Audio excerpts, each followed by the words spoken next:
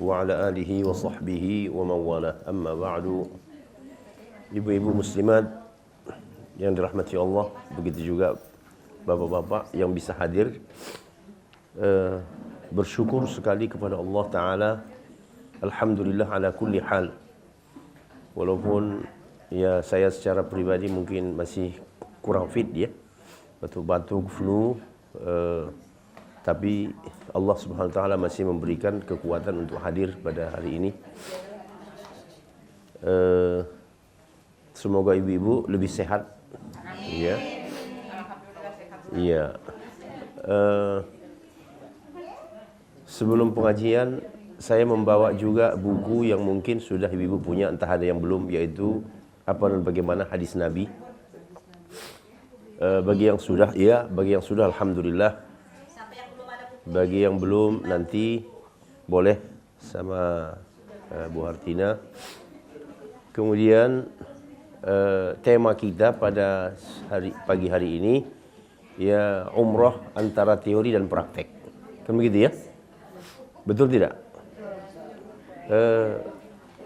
Umrah dalam tahun-tahun ini atau belakangan ini ya sudah menjadi sebuah ibadah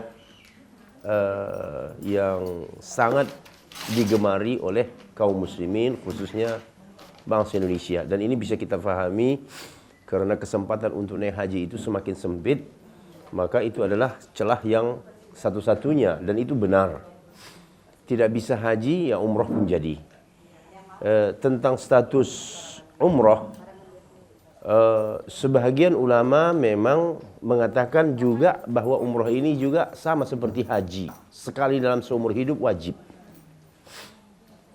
Tapi sebagian ulama mengatakan ya sunnah, yang haji itu hanya yang wajib itu hanya haji.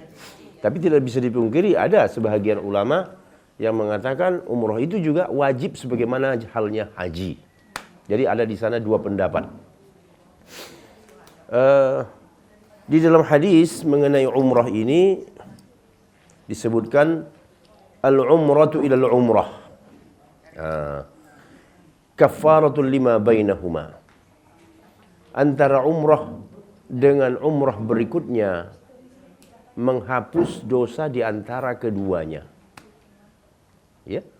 Jadi umpamanya tahun ini kita umrah, tahun depan kita umrah. Maka di antara waktu itu, di antara umrah itu, insya Allah itu terhapus dosa kita. Sebagaimana halnya dari Jumat ke Jumat, ya, menghapus dosa di antara keduanya. Jadi kita bersyukur kepada Allah. Orang mukmin itu, ya nanti di akhirat, betul lah, orang-orang yang paling banyak amalnya, karena dosanya terhapus. Allah kasih banyak pengampunan. Dari Jumat ke Jumat dikasih pengampunan. Dari Ramadan ke Ramadan dikasih pengampunan. Dari umrah ke umrah dikasih pengampunan. Coba. Ya. Berarti apa? Ya, dosa itu hapus. Apalagi orang yang setiap harinya pergi ke masjid. Langkah demi langkah menghapus dosa. Jadi kalau ibu-ibu punya suami, ya jangan diamkan dia sholat di rumah. Ya, Pak, sholat dong ke masjid. Satu langkah itu satu dosa hilang, hapus. Satu langkah. Ya, satu pahala dapat, satu dosa hapus. Jadi orang mukmin itu ketika dia meninggal, dia sebenarnya sudah tidak ada dosa lagi. Di samping dia disuruh bertaubat, istighfar, kan begitu ya? Pernah dulu melakukan dosa-dosa, ya dikasih Allah kesempatan bertaubat. Maka betullah penghuni surga itu sebenarnya yang terbanyak adalah umat Muhammad sallallahu alaihi wasallam. Beruntung. Nah, inilah sekarang fenomena di Amerika kan. Orang yang masuk Islam, Masya Allah, terus bertambah terus. Terbalik kabarnya, entah benar atau salah, di Indonesia semakin banyak orang-orang yang murtad. Inna lillahi wa inna ilaihi raji'un. Orang justru mencari Islam, dia keluar dari Islam. Orang mau mencari surga, dia keluar dari surga. Cari neraka. Nah, begitu juga dengan kepemimpinan di London, wali kotanya sekarang yang baru muslim. Di Jakarta, inna lillahi wa inna ilaihi raji'un. Terbalik. Ya. Jadi dunia ini, di Indonesia ini terbalik semua. Orang di luar mencari Islam, orang di kita meninggalkan Islam. Nah, jadi ibu-ibu hadirin dan hadirat yang dirahmati Allah Ta'ala, kita berbahagia dengan keislaman kita. Kita nikmati ibadah-ibadah ya, yang diwajibkan dan yang disunnahkan Allah kepada kita. Di dalam hadis soal sunnah ini bagaimana? Wala yazalu abdi yataqarrabu bin nawafil hatta uhibbah. Hambaku itu senantiasa mendekatkan diri kepadaku dengan amal-amal soleh, taqarrub, sampai aku mencintainya. Jadi kalau mau dicintai oleh Allah, berbanyaklah amal nawafil. Nawafil itu artinya amal-amal yang sunnah. Jadi jangan sepelekan, itu kan sunnah saja. Nah, artinya selama amal itu tidak menimbulkan mudarat atau ada bahaya. Sunnah memang sunnah tapi berbahaya. Nanti saya kasih contoh. Tetapi selama tidak menimbulkan bahaya, maka kita jangan menyepelekan hal yang sunnah. Puasakah namanya, sholatkah namanya, ya, salah satunya diantaranya umrah. Itu semuanya kita lakukan. Bahkan sampai ya mungkin yang sederhana-sederhana saja, umpamanya di jalan, ya, melihat apakah namanya yang membahayakan orang nanti kalau keinjek ini kepleset, kena paku dan sebagainya, itu semuanya amal yang terus, ya, sampai Allah mencintai hamba. Jadi jangan mengecilkan. Itu kan soal kecil saja itu. Tidak. Tidak ada yang namanya kecil-kecil. Tidak ada besar kalau tidak dari kecil. Jadi kata Rasulullah, ini hadis qudsi ini, wala yazalu abdi yataqarrabu ilayya bin nawafil hatta uhibbah. Hambaku yang terus-menerus berbuat amal nawafil sunnah sampai aku mencintainya. Fa idza ahbabtuhu, kalau aku mencintai hambaku, aku adalah penglihatannya yang melihat. Kuntu basarahu alladhi yubsiru bih. Aku adalah penglihatannya yang melihat. Kuntu sam'ahu alladhi yasma'u bih. Aku adalah pendengarannya yang dia mendengar. Dan aku, kata Allah, kakinya yang berjalan. Dan aku tangannya yang memegang. Artinya apa? Saking dekatnya. Ya, saking dekatnya Allah dari seorang hamba. Tadi awalnya dari mana? Amal sunnah. Taqarrub. Taqarrub kepada Allah. Kalau yang wajib-wajib saja kita kerjakan ini cuma sedikit kan, Bu? Salat 5 waktu, puasa Ramadan, zakat sekali setahun, haji sekali seumur hidup, kan begitu? Itu standar. Tetapi kata Allah Ta'ala, untuk kita supaya dicintai oleh Allah Ta'ala, lakukan yang apa? Yang sunnah-sunnah. Untuk meraih cinta Allah. Kalau Allah sudah cinta sama kita, apa saja detak hatimu mungkin belum begini lagi, sudah terwujud. Ya, terdetak hati kita mau ini, belum sempat kita minta, tiba-tiba sudah jadi kenyataan. Udah terwujud. Itulah kalau Allah sudah mencintai seorang hamba. Nah, di antara bentuk-bentuk taqarrub ini barangkali salah satunya umrah. Tapi kita juga dalam soal umrah ini, karena dia memakan biaya, kita juga harus namanya proporsional. Jangan mentang-mentang punya duit 6 bulan sekali umroh. 6 bulan sekali umroh. Emangnya tidak ada amal yang lain? Kalau uangmu kamu taruh ke panti asuhan, kamu kasih ke biaya sekolah anak-anak yang miskin, orang-orang yang mau operasi, yang tidak punya uang, kau selamatkan dia dengan uang 20 juta, mungkin bagi dia itu sangat berharga, itu jauh lebih baik. Nah, jadi kalau saya, tetap saja saya proporsional. Umroh amal sunnah hebat. Tetapi kalau kamu mempunyai kelebihan, jangan yang satu itu aja.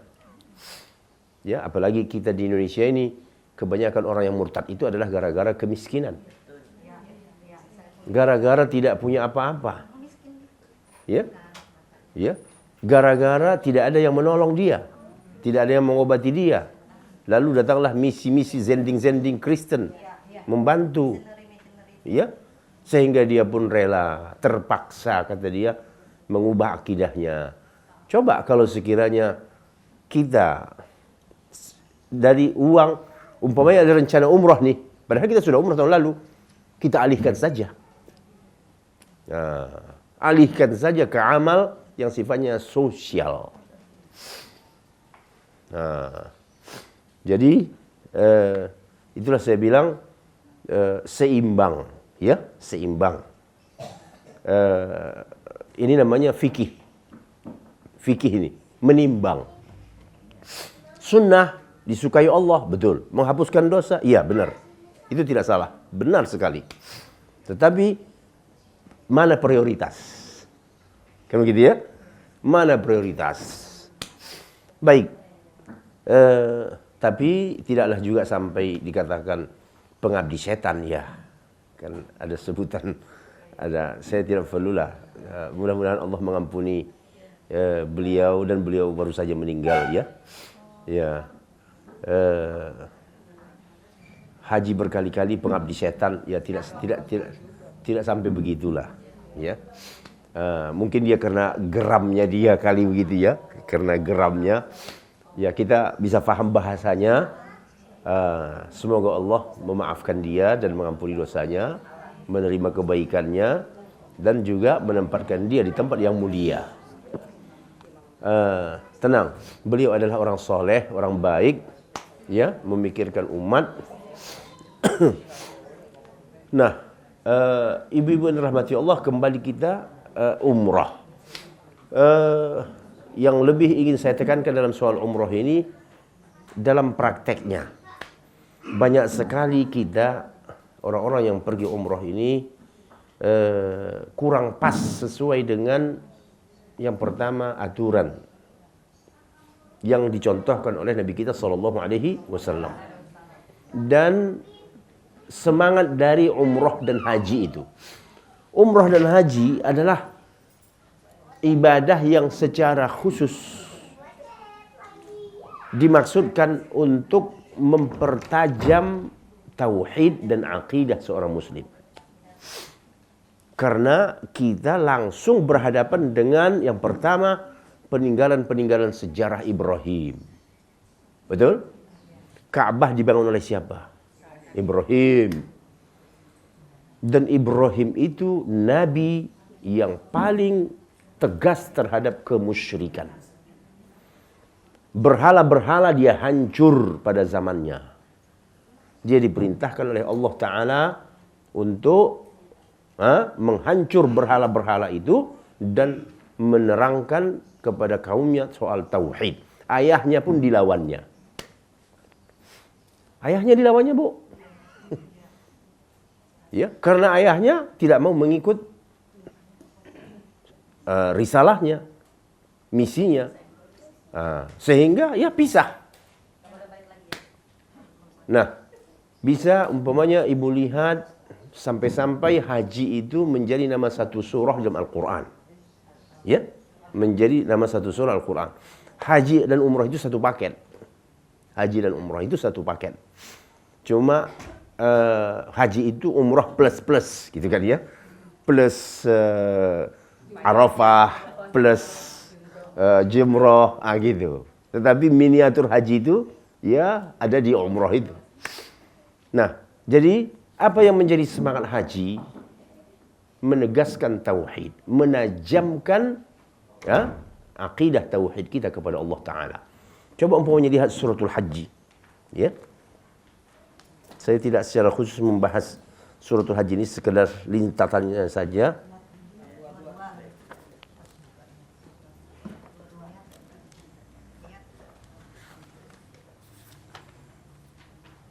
Nah, ini ayat 31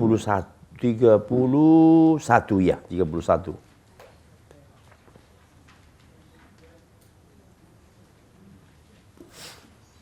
Sudah ketemu? Hunafa'a lillahi ghairu musyrikin bih. Hunafa'a lillahi ghairu musyrikin bih.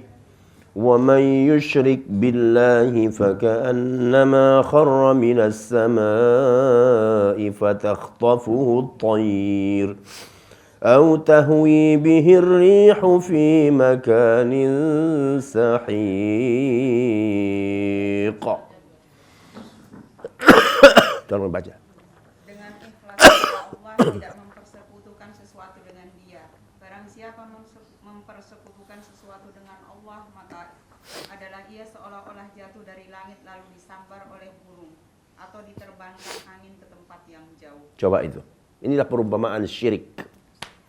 Orang yang mensekutukan Allah seolah-olah dilempar dari langit, ruhnya.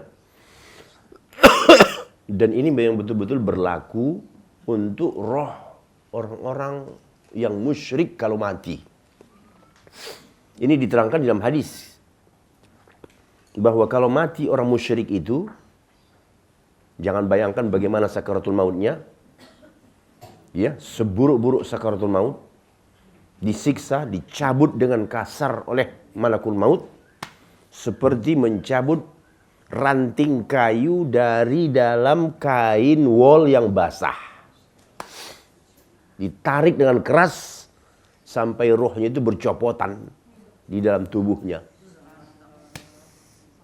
Tak bisa dibayangkan sakitnya. Innalillahi raji'un. Sedangkan yang mati dicabut dengan pelan. Rasulullah sendiri mengakui sesungguhnya kematian ini penuh dengan sakarat. Ya, menghilangkan akal saking sakitnya. Sakarat itu menghilangkan akal saking sakitnya.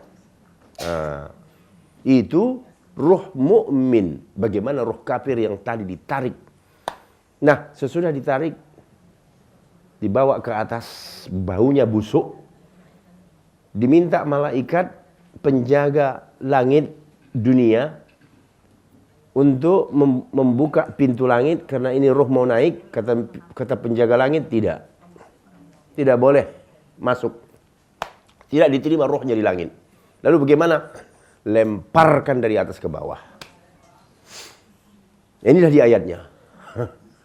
Dilemparkanlah itu ruh si musyrik dari pintu langit. Lalu kata Allah tadi apa?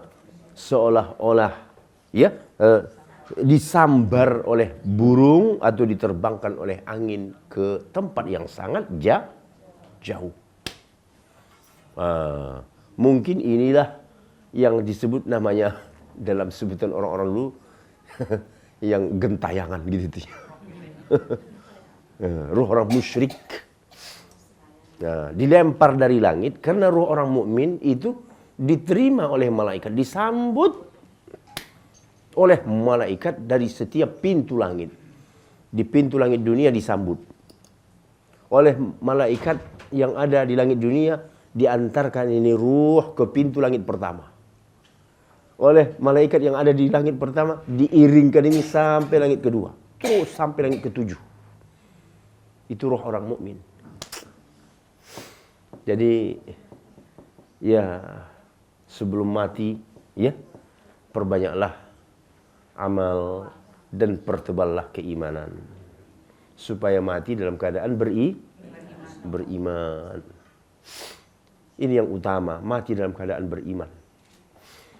Nah, jadi ini ruh orang musyrik dilempar, diterbangkan oleh burung, disambar oleh burung, diterbangkan oleh angin ke tempat yang jauh, yang tidak jelas entah kemana, baru dikembalikan ke jasadnya di bumi.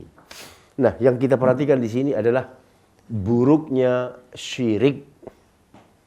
Dan Ibrahim berjuang dulu untuk itu, dan ayat ini disebutkan dalam suratul Hajj. Artinya apa? Orang yang pergi haji itu seharusnya betul-betul mempertajam ketauhidannya. Begitu juga memperdalam kebenciannya kepada syirik. Jadi kemarin waktu saya umroh, materi yang terus-menerus saya sampaikan sama jamaah saya, jangan pulang ya kalau akidah Anda masih murad-marid. Tauhidmu harus tegas. Syirik harus kamu buang. Karena kesempatan umroh. Umroh ini, haji, umroh itu satu paket. Dan di dalam surah Al-Hajj, pembicaraan Allah itu umumnya menyangkut akidah, tauhid, anti kepada syirik. Pulang ke Indonesia harus anti syirik dan musyrik. Nah, ya.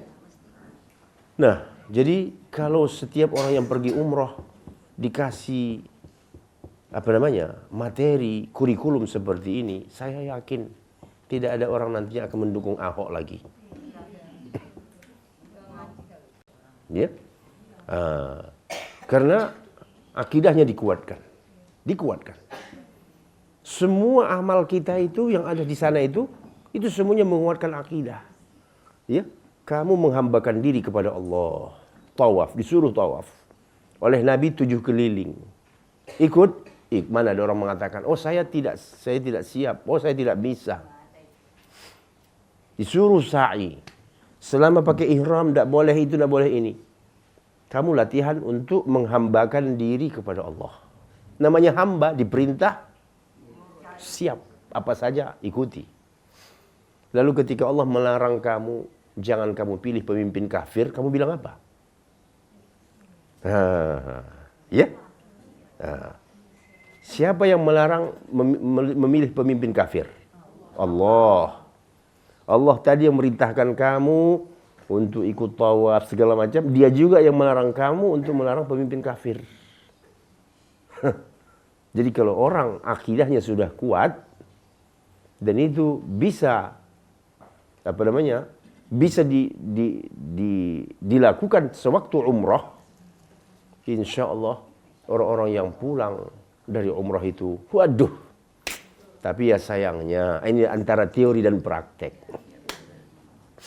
Ya dalam prakteknya kita sibuk dengan hal-hal yang ya bukan yang menjadi semangat utama umrah itu. Ya, nah tidak yang menjadi semangat utama yang jadi kita ambil. Semangat utamanya pertajam tauhidmu, anti dengan syirik, anti dengan kekufuran. Ya, hambakan dirimu kepada Allah Ta'ala. Apa yang Allah perintahkan, larang, ya, itulah yang kau ikuti. Jadi bukan orang-orang yang membelah dirinya. Oh, waktu umrah dia patuh. Pak Ustadz, bagaimana Pak Ustadz kalau minyak wangi? Oh, Pak Ustadz kalau kita menggaru, kalau ini juga. Soal itu kamu bertanya. Soal memilih pemimpin kafir, kamu tidak peduli. Aneh kan?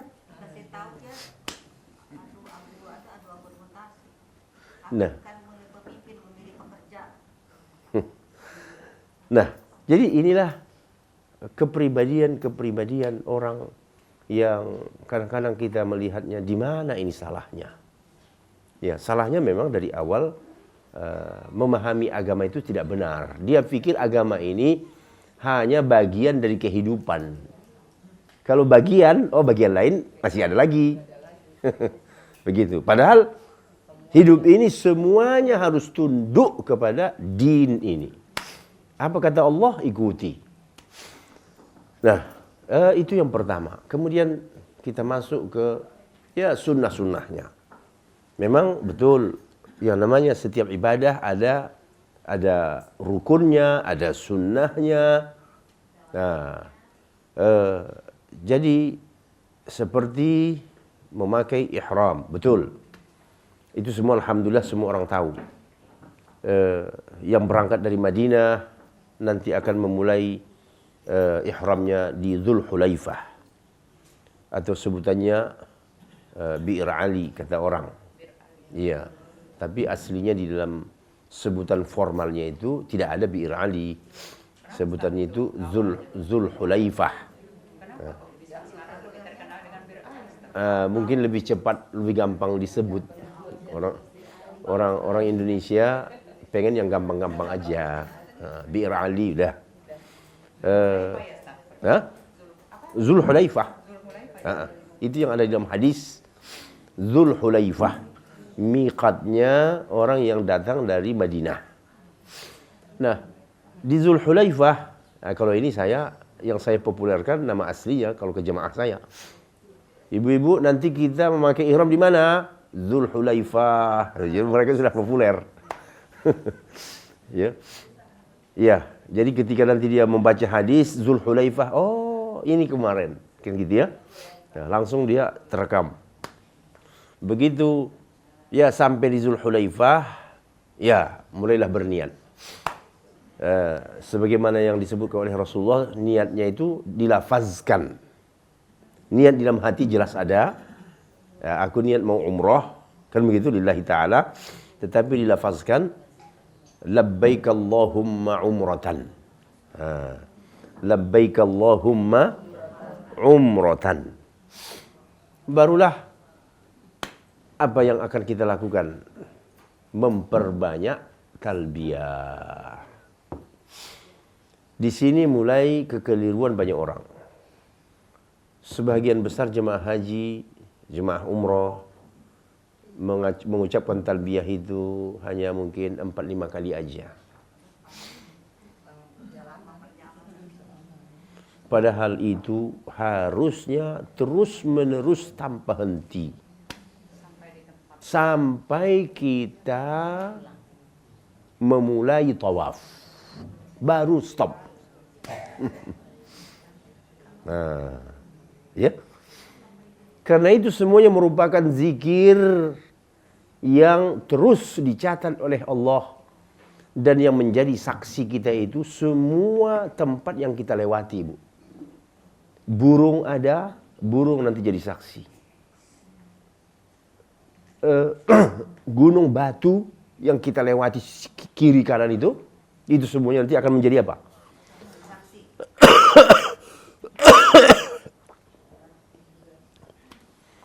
Itu akan menjadi saksi atas talbiyah kita.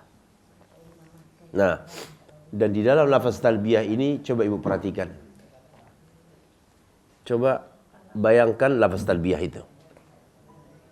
Ya. Ingat-ingat dalam pikiran ya. Coba hitung berapa kali kita mengatakan la syarikalah. Coba hitung sendiri.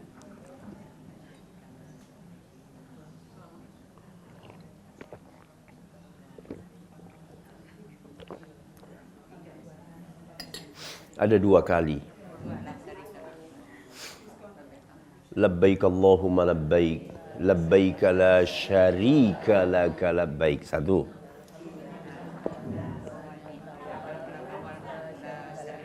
Nah. Ya tak mengapa. Enggak mengapa. Itu alami. Iya. Tapi bangun tidur talbiyah lagi.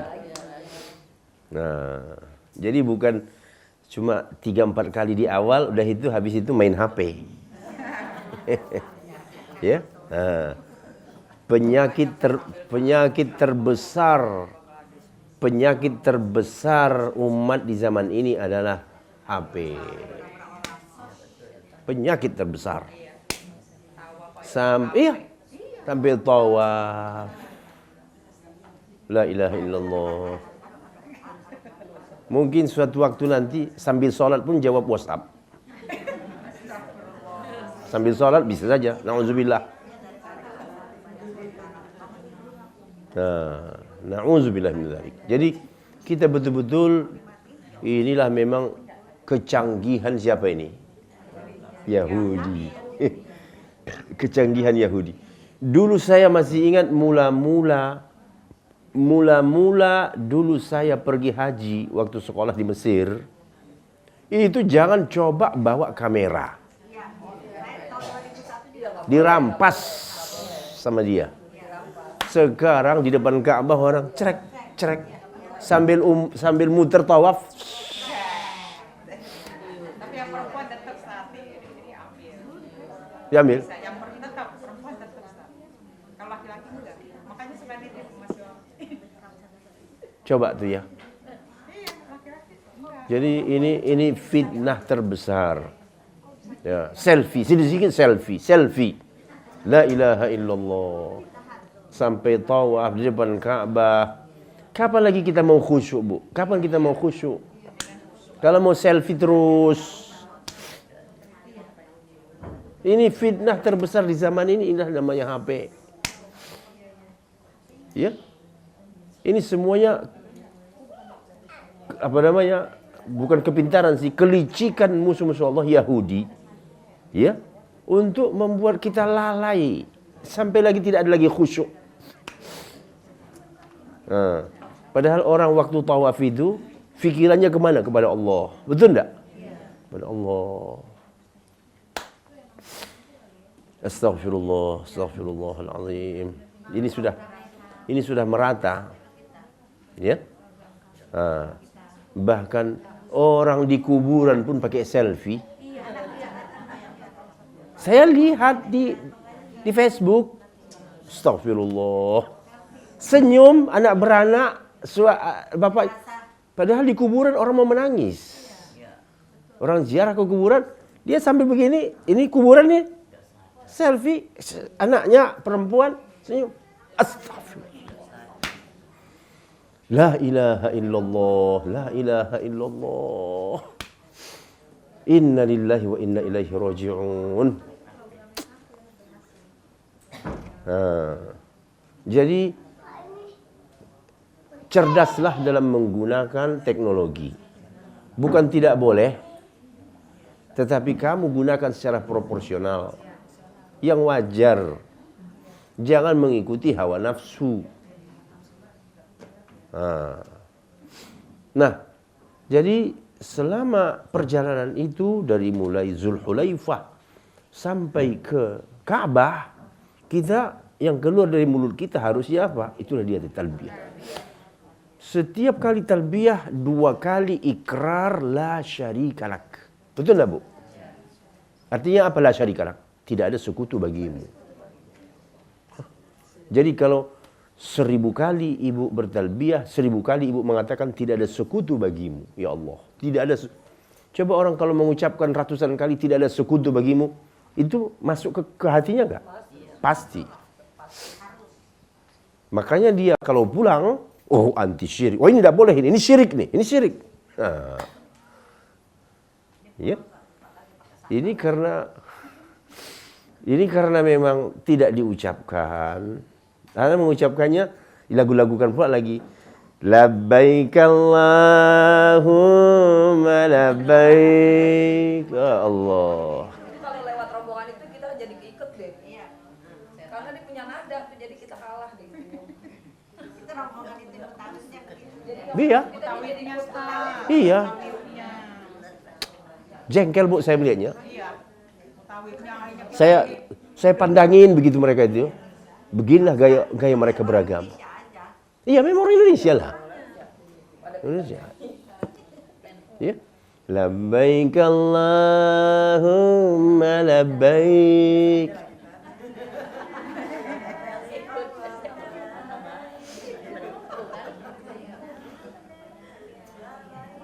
Iya, semuanya mau dilakukan. Semua mau dilakukan.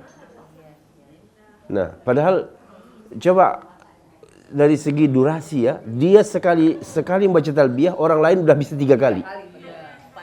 Labbaik Allahumma labbaik, labbaik la syarika laka labbaik, innal hamda wan ni'mata laka wal mulk la syarika lak.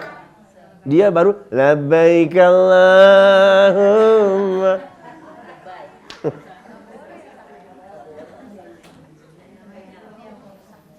Merusak betul. Itulah karena ya apa namanya katanya supaya membuat orang jadi suka hilang, jadi hilang akhirnya apanya, semangat aslinya hilang. Ya, padahal talbiyah itu Masya Allah sesuatu yang kalau kita dalami maknanya deklarasi anti syirik. La syarika lak, tidak ada sekutu bagimu. Jadi orang yang sudah mengikrarkan tidak ada sekutu bagi Allah, itu kalau pulang ke tanah airnya berubah itu. Ya, dia tidak lagi menjadi orang sekuler atau menjadi orang liberal, orang yang mengikuti hawa nafsu. Nah, akan terjadi perubahan. Nah, kemudian begitu juga dengan tawaf. Kita tidak mengatakan tak boleh bacaan-bacaan yang dihafal atau yang dibaca setiap putaran. Kan begitu? Ini kan semuanya bukan berasal dari Rasulullah. Doa-doa dan sebutan-sebutan itu ditulis oleh para orang-orang dulu. Ya, supaya mungkin ya untuk menambah apa namanya perbendaharaan doanya, tetapi dalam kenyataan itulah yang membuat tawaf itu jadi apa? Lambat dan bertele-tele. Jadi dia disibukkan dengan ini. Ditambah parah kalau ada pemandunya. Allahumma, Allahumma, inna. Waduh.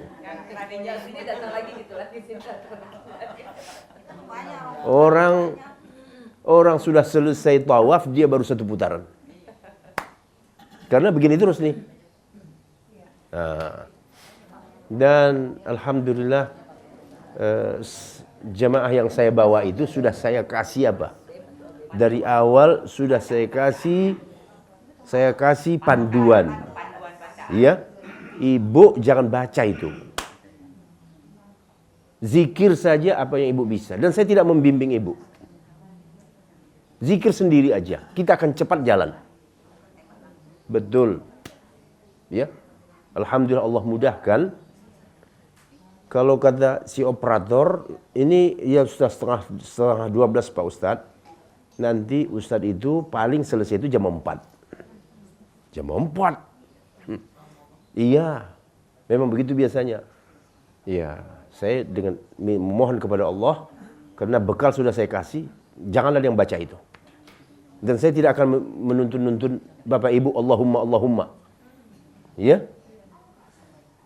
Baca apa yang tahu, subhanallah, walhamdulillah, wa la ilaha illallah, wallahu akbar, wa la hawla wa la quwwata illa billah. Ya, itu aja baca. Kemudian kalau ibu, bapak mau menambah dengan ayat Quran, boleh. Apa ayat Quran yang hafal? Baca. Lillahi ma fis samawati wa ma fil ardi wa in tubdu ma fi anfusikum aw tukhfuhu yuhasibukum bihillah. Hafal, itu baca. Tidak ada, oh putaran pertama ini, putaran kedua ini. Yang formal satu-satunya Rabbana atina fid dunya hasanah wa fil akhirati hasanah wa qina adzabannar. Alhamdulillah belum jam 3 udah selesai kita seluruhnya. Ya. Umroh sa'i selesai. Karena kita tidak mau disibukkan dengan itu. Nah, jadi bagi ibu-ibu yang umroh, yang dicari diutamakan itu penyelenggaranya yang mengajarkan ilmu, bukan yang menjanjikan apa? Fasilitas. Oh, kita punya ini fasilitasnya, ini nyaman apa segala macam. Ya semua travel itu punya. Yang tidak dipunyai travel adalah bimbingan keilmuan. Itu yang tidak punya travel. Nah, ya, ya. Apa yang kita dapatkan selama umroh? Apa ilmu yang kita dapatkan? Apa bekal untuk pulang? Nah, itu yang sebenarnya yang menjadi ya pertimbangan kita memilih. Baik, jadi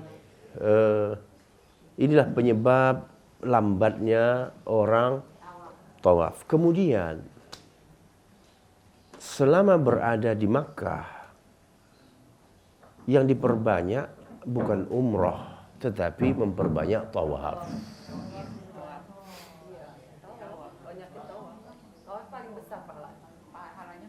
Karena masih banyak jemaah kita ini yang setiap hari pergi umroh ke Tanim. Saya tidak mengatakan, oh itu salah total, saya tidak katakan begitu. Memang ada beberapa mazhab yang berpendapat begitu. Tapi pada umumnya ulama berdasarkan dalil yang kuat, umroh itu hanya satu kali dalam satu perjalanan. Yang diperbanyak selama kita berada di Makkah itu adalah tawaf. Bangun jam 3, tawaf. Bahkan bisa lebih dari satu kali turun itu. Selesai 7 putaran, masih lama, sambung lagi. Masih ada lagi waktu, sambung lagi. 7 kali lagi. Iya, begitu. Sama seperti ibu sholat sunnah. Sholat sunnah 2 rakaat, masih enak rasanya badan lagi. Tambah lagi. Ya, jadi begitulah kita banyak tawaf. Ada ya dari dulu ini ada seorang ulama mengatakan, dengar ibu-ibu, dengar dulu kemari, jangan dulu diskusi. Di antara yang tidak ada di luar Makkah, hanya ada di Makkah ada 2, Ka'bah dan Zamzam. Betul tidak? Yang tidak ada di luar, adanya satu-satunya di Makkah, itu adalah Ka'bah dan Zamzam. Makanya perbanyaklah tawaf. Kalau di luar kamu tidak bisa tawaf. Mau tawaf di mana? Di mall. Na'udzubillah min dzalik.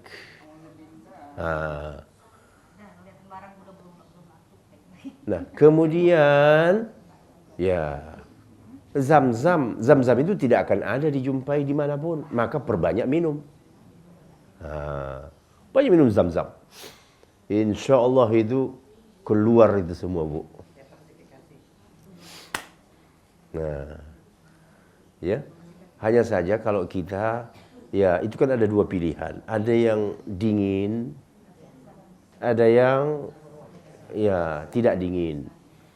Ya kalau saya sih, saya tidak pernah minum yang dingin itu. Itu dikasih tanda itu. Dari sekian tong itu, ada 1 yang tidak dingin, ghairu mubarrad. Nah itu yang diminum.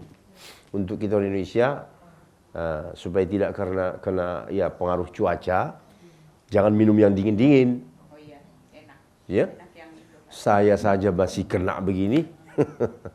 Ya, nah, jadi memperbanyak tawaf. Kapan ada kesempatan, ya bil khusus ini laki-laki ya. Kalau perempuan ya memang harus ya mencari-cari waktu gitu ya. Dan dari pinggir-pinggir lah yang namanya perempuan. Pinggir-pinggir gitu ya. Tapi kalau sudah bisa tidak terikat dengan bacaan, saya yakin akan lebih cepat. Tapi kalau laki-laki, ya mudah-mudahan macam saya ini, ya masih bisa dekat, radiusnya bisa makin dekat, ya makin dekat. Kemudian menghindari titik-titik kerumunan. Wabil khusus Hajarul Aswad. Saya mungkin tidak akan pernah mengizinkan yang namanya perempuan mencium Hajarul Aswad. Saya pun belum pernah mencium Hajarul Aswad. Ya? Nah. Saya tidak bisa bayangkan kalau saya mencium Hajarul Aswad pasti ada orang yang saya sikut. Pasti. Pasti. Mana mungkin orang siang malam biar tengah malam pun bapak la ilaha illallah di depan mata kepala kita, ya, orang-orang yang tergencet tak bisa bernafas. Saya dalam pikiran saya, siapa mewajibkan kamu untuk mencium Hajarul Aswad? Hukum mencium Hajarul Aswad sunnah, tetapi resikonya kalau kamu tidak sakit, kamu menyakiti orang. Dan menyakiti orang itu hukumnya apa? Haram. Pernah begitu? Ya, dululah, bukan sekarang ini. Ya, ibu-ibu, Ustaz berapa kali mencium Hajarul Aswad? Saya senyum aja. Ya, lalu ibu, alhamdulillah Pak Ustaz, ya, saya 3 kali Pak Ustaz. Iya, betul pakai jogging itu. Bagaimana mungkin dia perempuan berjepit-jepit, berdesak-desakan di situ? Itu semuanya laki-laki. Perbuatanmu itu haram 100%. Mana boleh perempuan bergesek-gesekan sama laki-laki? Iya, tak boleh ibu. Tak boleh itu. Iya, tidak boleh. Cuma orang Indonesia itu begitu tuh. Orang kita lah. Ya. Saya ya kadang-kadang begitu saya tegur, ibu itu tidak boleh ya, perempuan tidak boleh berdesak-desakan sama laki-laki. Bercampur saja kita masih bermasalah, apalagi senggol-senggolan. Iya. Nah, jadi ini soal Hajarul Aswad, hukumnya secara fikih sunnah, tetapi apabila melaksanakannya menimbulkan sesuatu yang haram, tidak boleh kita pertahankan yang sunnah. Karena bertentangan antara yang sunnah dengan yang haram, pastilah yang harus dihindari yang haram. Baik, kadang-kadang kita melihat, ya orang Indonesia begitu, mukanya udah pucat, udah seperti mau pingsan, Bu. Iya, kegencet itu, mau pingsan, sampai kelempar, ya, sampai kelempar dia begitu. Kita melihat saja sudah sesak nafas. Astagfirullah. Ilmu siapa ini yang dipakai? Hah? Ini kan kesalahan pada ilmu ini semua. Kemudian memperbanyak tawaf, tadi sudah. Air zam-zam.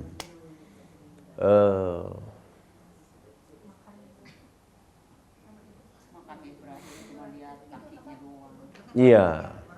Kemudian kita juga saya lihat banyak sekali berdesak-desakan di Hijr Ismail itu. Berdesak-desakan di Hijr Ismail itu.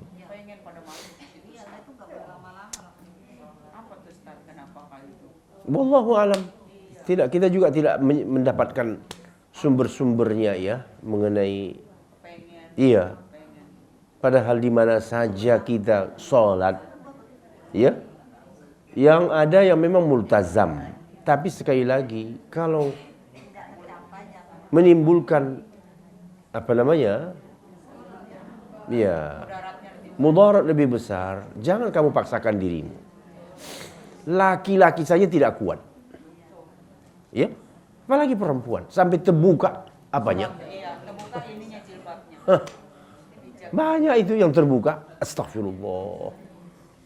Nah, jadi secara umum umat Islam dari bangsa manapun memang bermasalah pemahaman mereka. Bermasalah. Ya. Makanya yang sering terjadi ya korban yang terinjak.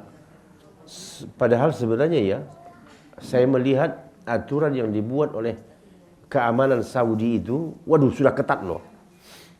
Kita masuk kalau setengah jam sebelum waktu sholat azan, udah nggak boleh masuk. Ketat mereka. Ada yang ngamuk, ada yang menawar, ada yang ini. Tidak peduli mereka. Karena kalau sempat berdesakan di dalam, apa yang terjadi, Bu? Ya orang injak-injakan. Ya. Orang kita yang kadang-kadang ya kita mau masuk nih, ya selesai sholat, tidak boleh orang masuk, orang keluar dulu. Saya lihat, masya Allah ya, pengamanannya ini sudah betul-betul tingkat tinggi ini. Mereka sudah tahu ini jam-jamnya orang keluar. Jadi tidak ada yang boleh masuk, khususnya yang masuk ke daerah ya pelantaran Ka'bah itu. Nah, hadirin dan berbahagia yang dirahmati Allah Ta'ala, soal fadilah salat. Jangan sampai ada yang menghilangkan ataupun kelewatan salat tidak di Masjidil Haram atau di Masjidil Nabawi. Berapa keutamaannya di Masjid Nabawi? 10.000. Di Masjid Nabawi 1.000. 1.000. Ya? Kalau di Masjidil Haram 100.000. Masya Allah. Ustaz, itu 100.000 sekali sholat apa Iya. terus-terusan sholat? Kalau sholatnya 5 waktu ya tak pulang. Iya. Ya, oh gitu. Iya. Kalau lima kali sehari 5 waktu kali 100.000 itu. Hitungannya 1 kali sholat. Oh, 1 kali sholat. Iya. Jadi begitulah dahsyatnya pahala yang Allah janjikan. Nah, cuma jangan ini ada sebagian orang yang agak sedikit licik. Pulang nggak lagi ke masjid dia. Iya, katanya sudah banyak. Banyak Ustaz begitu dari rapel. Oh, dari rapel katanya saya masih punya ini. Astagfirullahaladzim. Punya ini, masih punya. Padahal itu sebenarnya latihan. Ya. Kalau kita sudah terbiasa di sana, setiap hari 5 kali datang ke masjid, pulang insya Allah kerinduan kepada berjamaah itu sangat tinggi. Rindu paling tidak di masjid lah. Jadi bayangkan ya 100.000 Bu, masya Allah, rugi ya. Nah, jadi jangan sampai ada sholat yang kehilangan gara-gara masalah dunia. Nah, di Madinah, nah, tujuan utama kita ke Madinah itu sebenarnya bukan untuk ziarah ke kubur Nabi. Tetapi tujuan utama untuk mengunjungi masjid Nabi. Nah, karena itulah yang disunnahkan di dalam agama kita. Di dalam hadis Nabi kita SAW bersabda, la tushaddur rihalu illa li thalathati masajid. Tidak disunnahkan untuk bepergian jauh kecuali hanya mengunjungi 3 masjid. Masjidil Haram, Masjid Nabawi, dan Masjidil Aqsa. Di luar itu kamu tidak diwajibkan, tidak disyariatkan untuk bepergian. Untuk melihat Masjid Ampel, itu nggak masuk tuh.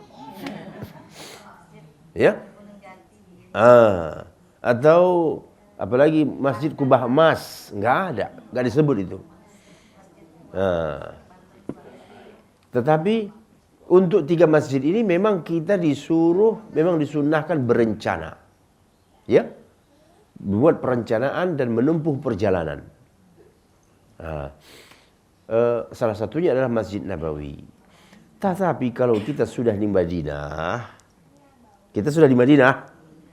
maka dianjurkan kita untuk mengunjungi tempat-tempat lain. Yang utamanya ziarah ke kuburan Rasul. Nah, dengar itu. Jadi bukan tujuan dari Indonesia mau ke makam Nabi. Karena Nabi tidak menyuruh begitu. Tujuannya adalah masjidnya. Tapi ketika kita sudah ada di Madinah, kita dianjurkan untuk berziarah. Nah, bagaimana mungkin kita tidak ziarah? Kita sudah sampai di Madinah. Ya, siapa yang berziarah kepadaku setelah matiku sama seperti berziarah mengunjungi aku di waktu hidupku. Masya Allah. Ya. Ya, kalau kita merenung pasti meneteskan air mata ketika berziarah ke makam Rasulullah. Orang yang dipilih oleh Allah Ta'ala berjuang menegakkan Islam sampailah Islam itu ke tangan kita. Bayangkanlah dahulu bagaimana Rasulullah ya diperlakukan oleh musyrikin Makkah. Perjuangannya di Makkah yang begitu terjal buminya. Waduh. Ya. Mana bersahabat tanah di Makkah itu. Begitulah dahulu Rasulullah hidup bersama sahabat. Panasnya, terjalnya. Bayangin itu, Bu. Untuk menyampaikan Islam. Tiba-tiba ketika Islam sampai ke tangan kita, kita cuek-cuek saja. Nah, kalau kita berziarah ke makam Rasul, mengingat ini, saya yakin, ya air mata menetes. Nah, dan semakin menguatkan cinta kita kepada sunnahnya. Kemudian kita setelah itu kepada Abu Bakar dan Umar. Hanya mengucapkan salam saja. Jadi tidak ada ya mengusap-ngusap kuburan.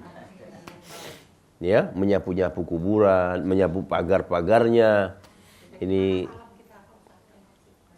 ya mengucap salam. Iya, assalatu wassalamu alaika ya Rasulullah. Kalau kepada Abu Bakar, assalamu alaika ya Aba Bakar, khalifah Rasulullah, khalifahnya Rasulullah. Kepada Umar, assalamu alaika ya Amirul Mukminin. Sudah selesai. Ya.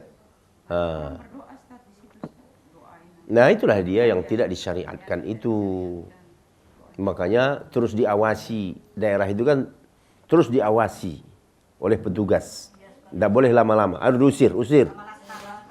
Nah, karena bisa saja ini syaitan masuk. Ya.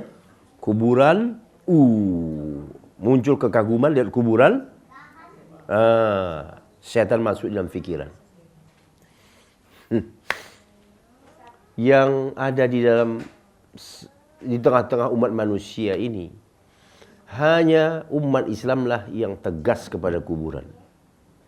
Di luar umat Islam semuanya menuhankan kuburan. Nasrani, ibu lihat bagaimana kuburan orang-orang Kristen. Wah, dibangun. Nah, ini yang kemarin sedikit jemaah saya itu kan beragam. Ketika mengunjungi, melintasi kuburan, ini saya ambil contoh. Lihat ini kuburan, apa yang Bapak lihat di kuburan ini? Kosong aja kan? Ada nisan? Gak ada. Hah? Iya di sini. Ya, enggak yang di sana. Coba Bapak Ibu lihat, baki. Ada nisan-nisan? Tidak ada. Ada di kapling-kapling? Ada tulisan nama? Enggak ada. Beginilah yang benar. Ya. Coba bandingkan kuburan kita di Indonesia. Batu nisan 2. Nama Hajjah Fulan. Meninggal tanggal sekian. Ada apa rupanya? Kenapa kamu harus tulis-tulis di situ? Nah, ada kembang-kembang bunga? Tidak ada. Itu semuanya kebiasaan orang-orang Nasrani dan Yahudi. Kalau misalnya orang tua kita meninggal, terlanjur ada nama itu, apa harus kita angkat? Ya, kalau sudah terlanjur tapi sampaikan kepada anak keturunan kita. Ini sebenarnya tidak ada ya. Ya? Hah? Tidak perlu dicari. Tidak perlu. Tidak ada yang perlu dicari kuburan. Misalnya meninggal di Jakarta, Iya. kan orang daerah mana gitu, sekarang tuh dipulangkan ke daerah supaya nanti ada. Dan itu tidak boleh. Tidak boleh menggotong-gotong mayat. Meninggal di situ, di daerah itulah dia dikuburkan. Tidak boleh. Itu adalah haram. Itu adalah penyiksaan terhadap si mayit. Penyiksaan. Iya. Biar di situ, iya. Karena apa saja yang kita lakukan terhadap jenazah itu sama seperti memperlakukan di waktu hidup. Coba ibu digotong-gotong waktu hidup. Ya?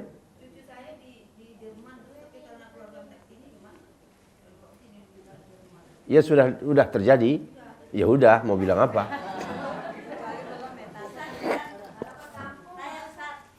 Iya, Bu.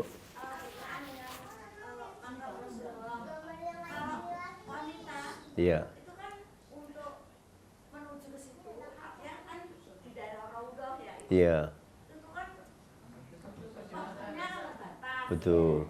Jadi kan kita nggak ngerti mana yang makam Rasul, mana yang makam sahabat. Hmm. Dan dibatasin, itu dibatasin Pak. Jadi kalau sholat di situ, nah sholat yang di situ tuh maksudnya apa Ustaz? Begini Ibu, yang pertama itu tidak prinsip. Tidak prinsip itu. Ibu kenal tidak kenal yang mana kubur Nabi kan tak ada hubungannya. Bagaimana? Sholat sunnahnya itu loh, sholat sunnah yang di Raudhah itu. Kan pengen pada sholat di Raudah setiap Sholat malam. sunnah itu kan ada karpetnya. Karpet putih. Iya, karpet putih itulah raudhah. Maksudnya. Heeh. Maksudnya apa itu Ustaz gitu? Sholat di situ. Oh, itu memang itu tempat doa dikabulkan. Iya, taman-taman surga ya Ustaz. Iya. Jadi iya berdoa saja. Jadi sholat 2 rakaat di situ ya kemudian memanjatkan doa. Sholatnya sholat mutlak ya. Iya. Sholat biasa aja. Mutlak. Jadi tidak ada yang lain-lain. Itu hanya salah satu tempat di mana doa kita diijabah oleh Allah. Sama seperti di Multazam. Nah, baik, jadi soal kuburan ini kita mendapatkan contoh dari sana, di mana memang itu berdasarkan hadis Nabi. Aku diperintah untuk meratakan kuburan, kata Rasulullah nih. Nah, rata, jadi tidak ada yang dibangun. Ya. Nah, kalaupun mau meninggikan sedikit saja dengan tanah. Jadi bukan dengan marmer atau di semen. Itu semuanya bentuk penyimpangan. Ya. Nah, yang perilaku ini aslinya adalah perilaku orang-orang Yahudi dan Nasara. Coba ya Bapak Ibu lihat kuburan-kuburan orang kafir, ya. Nah, makanya jangan ada ikut-ikutan beli-beli kafling tanah kuburan di San Diego itu. Itu perbuatan yang mengada-ngada, mencontoh perilaku orang apa? Orang Nasrani. Hanya ya, siapapun yang buat. Iya. Jadi jangan diikutin itu. Ya. Hanya orang-orang Nasrani itu yang wah mempersiapkan kuburan. Astagfirullah. Kita di mana aja? Kita di mana aja? Semua bumi Allah. Dimanapun kamu mati tetap datang siapa namanya? Mungkar wa nakir. Yang menentukan kamu di dalam bahagia atau tidak adalah amalmu di dunia. Baik, sampai di sini dahulu kajian kita.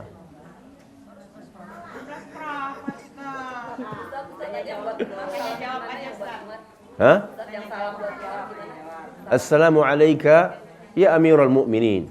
Iya, kan Umar itu kan Assalamu alayka ya Amirul Mukminin Umar bin Khattab. Nah, jadi sekali lagi kalau ibu-ibu yang belum memiliki tanya jawab hadis ini, ya silakan. Bagi yang sudah tinggal membaca saja, dibaca, jangan sampai begitu saja disimpan.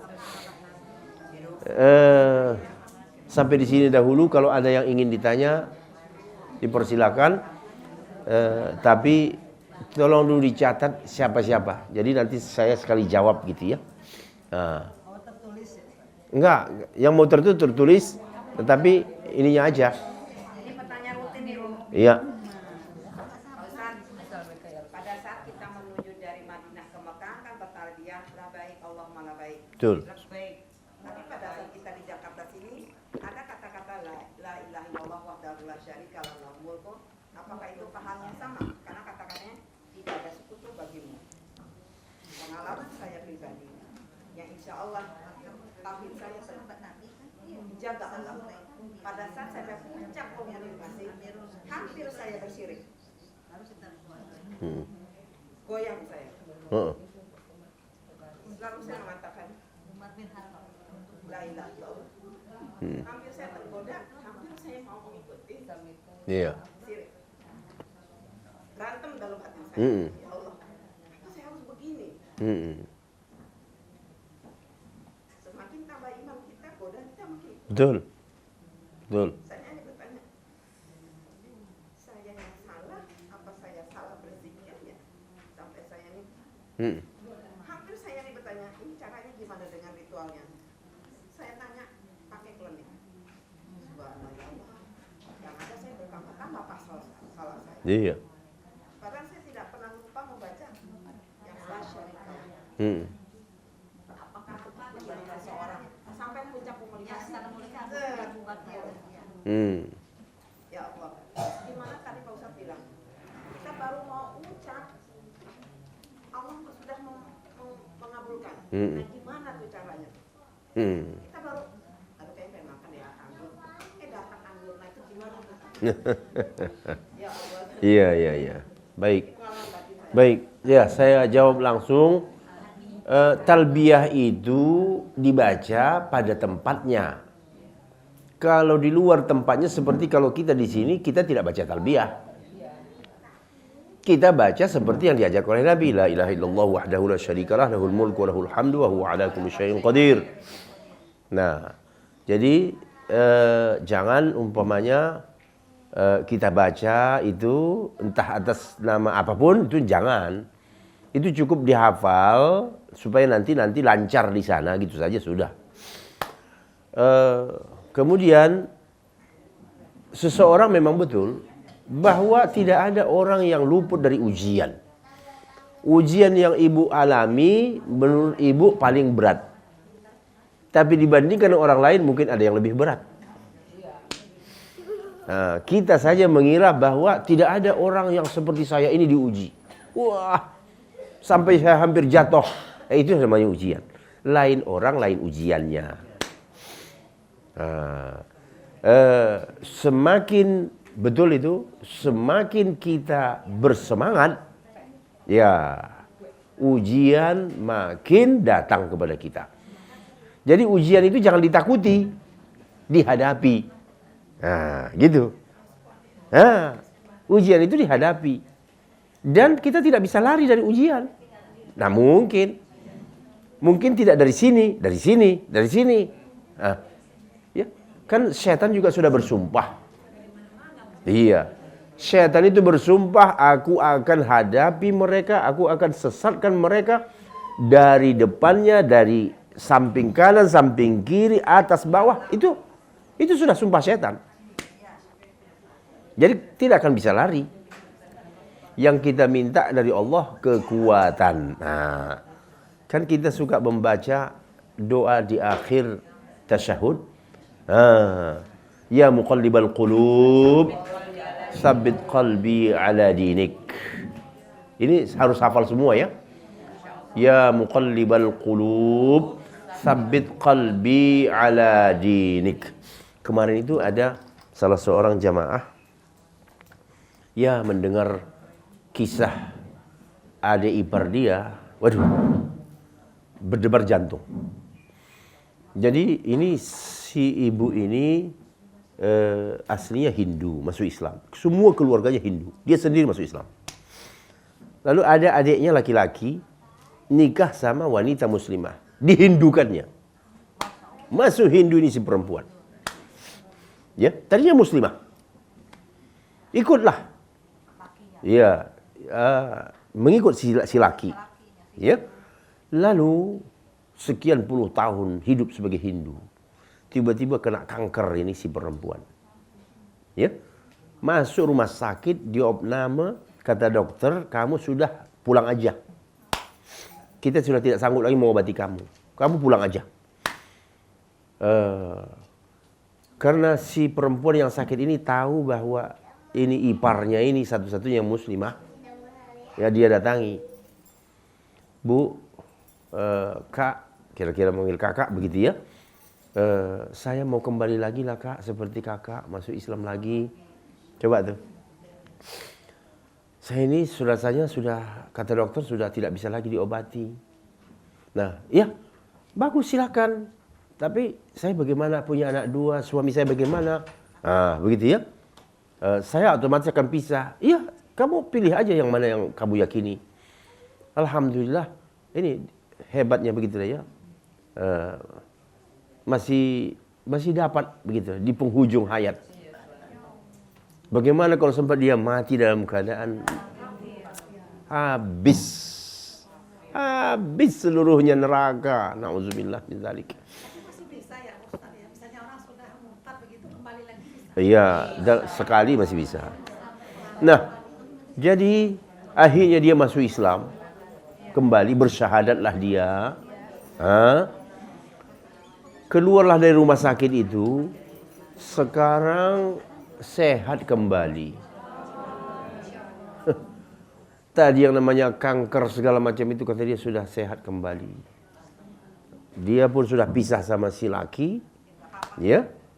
Anaknya 2 bahkan dia selamatkan. Coba, itulah ujian-ujian orang. Pesan pengajian gitu. Ya. Dia sudah menikah dengan suaminya orang Nasrani. Sekarang dia sudah tua, umurnya hampir 70 tahun. Si perempuan ini. Iya, ustaz yang membimbing untuk pisahlah dia dengan suaminya. Alhamdulillah. Dia kembali. Betul. Tidak bisa, dia sangat sayang sama suaminya. Dia lebih sayang kepada neraka ya. Anaknya itu ada yang Muslim, ada yang Nasrani. Innalillah. Tapi kalau dia mau sholat, anaknya yang Nasrani itu yang mengingatkan dia untuk sholat. Sangat kasihan kalian ibu. Ada di sekitar kita. Ya. Karena Ya, itulah kita takut. Itulah kita takut. Memang di dalam hadis dikatakan. Di dalam hadis, mungkin ibu-ibu pernah mendengar hadis ini. Ada seseorang yang dari kecilnya hidup sebagai seorang ahli surga. Hingga jarak antara dia dengan surga itu tinggal sejengkal. Lalu dia berubah. Dia beramal dengan amal ahli neraka. Dia mati dalam keadaan itu. Lalu dia pun masuk neraka. Padahal awalnya ahli surga. seperti ibu ini sebaiknya dia pisah ya Pak ya. Bukan sebaiknya lagi, mesti. Mesti. Iya. Jadi tidak ada yang namanya seorang wanita muslimah, walaupun dia masih mengaku muslimah, jangankan murtad. Masih muslimah, sering. Iya. Mengaku muslimah, dia harus pisah dari suaminya. Karena kalau tidak, statusnya itu tetap zina. Ustaz, sepupu saya Bentar. yang kafir, dia melihat ibunya yang meninggal, ibuku meninggalnya dalam keadaan kayak gitu. Kata sepupu saya kafir. Ibunya itu apa? Muslimah atau tidak? Kafir. Hah? Kafir. Jadi dia bilang ke saya, ibuku meninggalnya dalam keadaan tenang, kayaknya diambil rohnya tuh enak, menurut dia. Saya katanya begitu tak. Dia tenang tuh setelah diformalin, orang kerasan. Belum apa ada ayatnya di sana? Tidak. Orang kafir itu kalau sudah mati, kalau sakaratul maut, seperti itu tadi semuanya itu. Dihajar. Nah, tidak ada orang mati yang berada di luar sini. Itu pengakuan ngomong dia aja. Dia ngomongan dia aja supaya membuat kita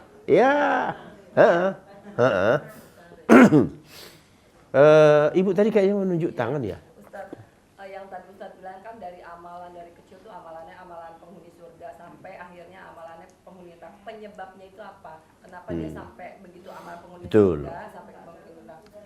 Apa karena dia beramal tidak dari hati ikhlas gitu? Makanya bisa berubah total. Kemungkinan ada kemungkinannya begitu. Bahwa amalnya itu dilakukannya semuanya bukan karena Allah. Jadi Allah tidak mau ditipu. Nah, aslinya memang dia bukan karena Allah. Oleh karenanya lah kita jangan sekali-kali beramal karena ingin mencari pujian. Ya, ikhlaslah dalam beramal. Baik, silakan kalau masih ada yang lain. Iya, Bu.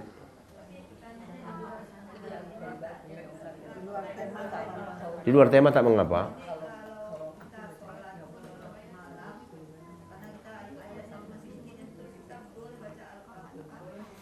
Boleh memegang, Bu.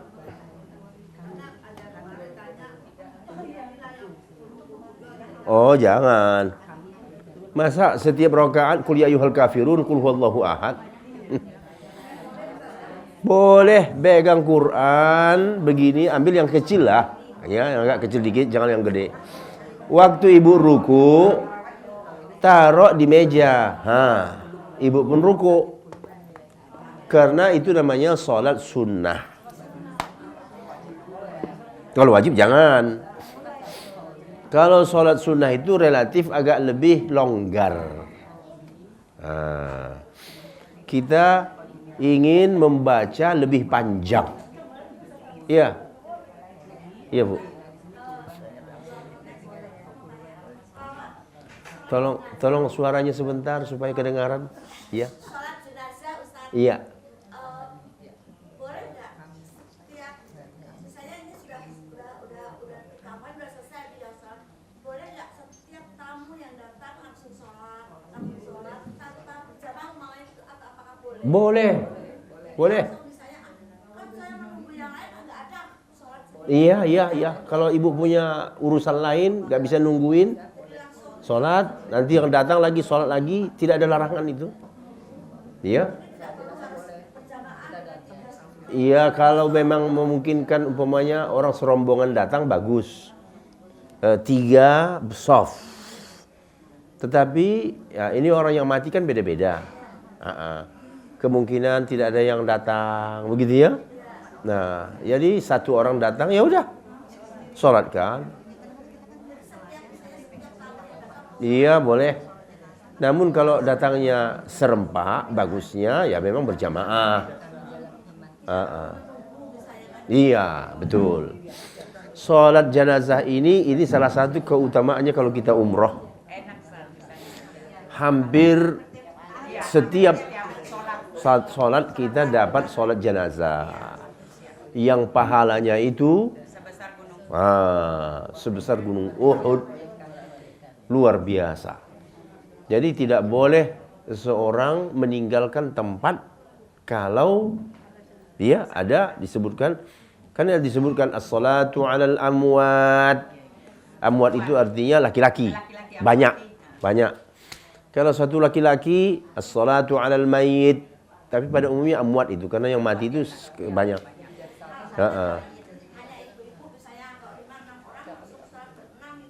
Oh iya, bisa sekali. Iya, bisa sekali. Iya. Baik, jadi saya ibu ada lagi?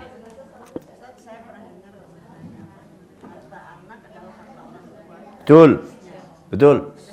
Memang ada hadisnya. Iya, ada hadis dalam Sunan Abu Daud. Anta wa maluka li abika. Engkau dan hartamu itu milik ayahmu.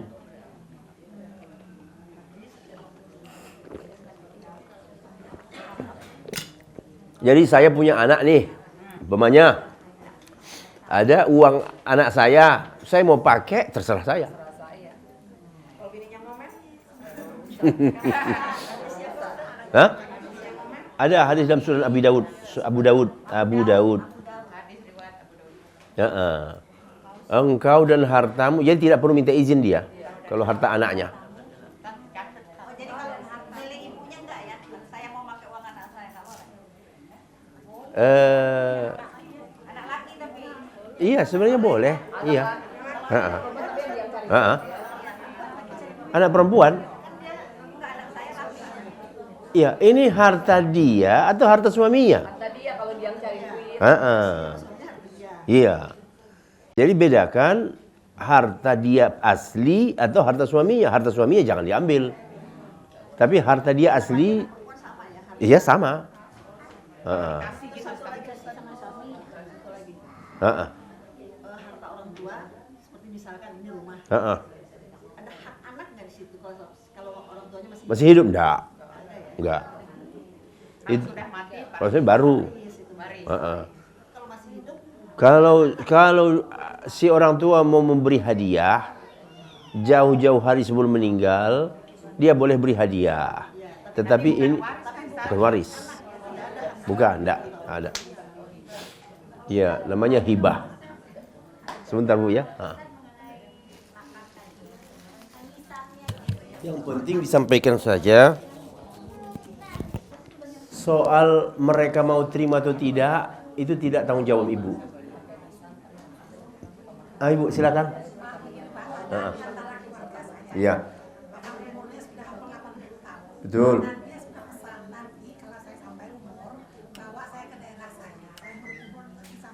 Itu tidak perlu dilaksanakan.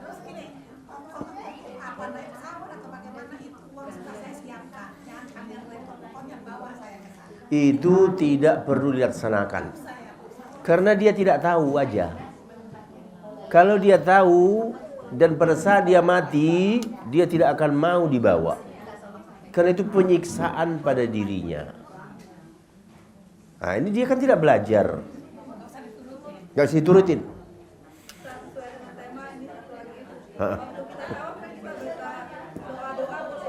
Oh iya. Oh iya. Jadi bebas. Selama tawaf itu, doa apa yang kita ingat, itu semuanya bebas. Tidak terikat.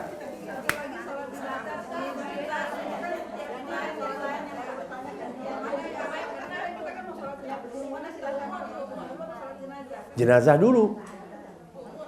Karena sholat jenazah itu tidak bisa dikodok. Kalau sudah selesai ya udah. Nah, ibu-ibu, Masya Allah ya.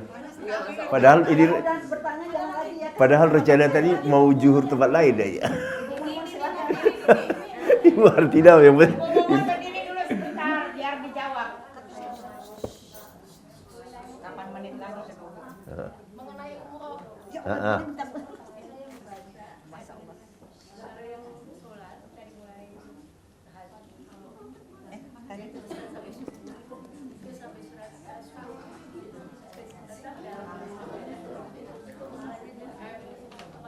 Memang betul. Betul. Tetapi syaratnya habis sholat subuh berjamaah itu, oh enggak. Enggak. Itu sholat berjamaah di masjid. Orang sholat berjamaah di masjid, lalu dia dizikir duduk sampai terbit matahari, lalu dia kemudian dia sholat 2 rakaat. Hanya itu, Bu. Perempuan kalau memang dia lagi di masjid, dia dapat. Kalau tidak ya udah, enggak. Nah, itu konteksnya memang orang sholat berjamaah di masjid lalu duduk zikir. Baik, kita tutup dengan doa kafaratul majlis. Subhanakallahumma bihamdika asyhadu an la ilaha illa anta astaghfiruka wa atubu ilaik. Wassalamualaikum warahmatullahi wabarakatuh.